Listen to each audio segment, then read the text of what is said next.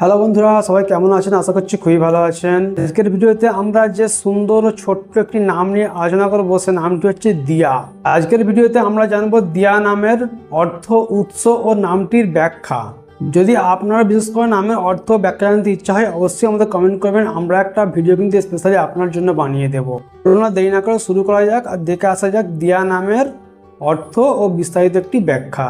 দিয়া নামের অর্থ হলো প্রদীপ বা আলো, দীপশিখা, অন্ধকার দূরকারী আলোক রশ্মি।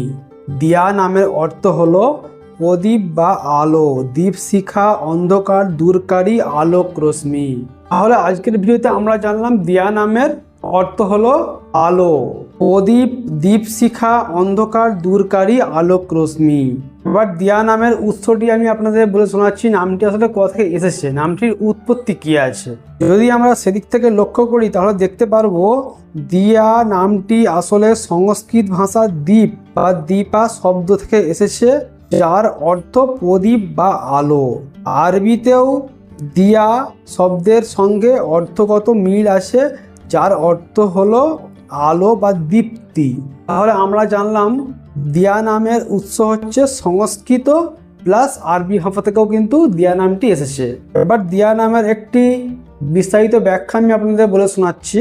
দিয়া এমন একটি নাম যা আলোর প্রতীক। যেমন প্রদীপ অন্ধকার দূর করে আশার আলো ছড়ায়, তেমনি এই নামের অর্থ হলো জ্ঞান, পবিত্রতা এবং ইতিবাচক শক্তি। এটি এমন নাম যা একজন ব্যক্তির উপস্থিতিতে আশার আলো এবং উজ্জ্বলতা প্রেরণা দেয়।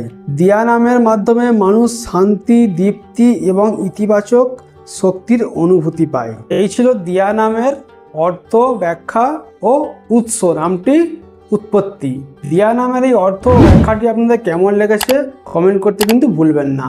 এরকমই আরও সুন্দর সুন্দর নামের ভিডিও পেতে আমাদের চ্যানেলটাকে সাবস্ক্রাইব করে দিন। আর যারা সাবস্ক্রাইব করেছেন অসংখ্য ধন্যবাদ। দেখা হচ্ছে আপনার সঙ্গে পরে আবার কোনো সুন্দর নামের ভিডিও নিয়ে। বাই।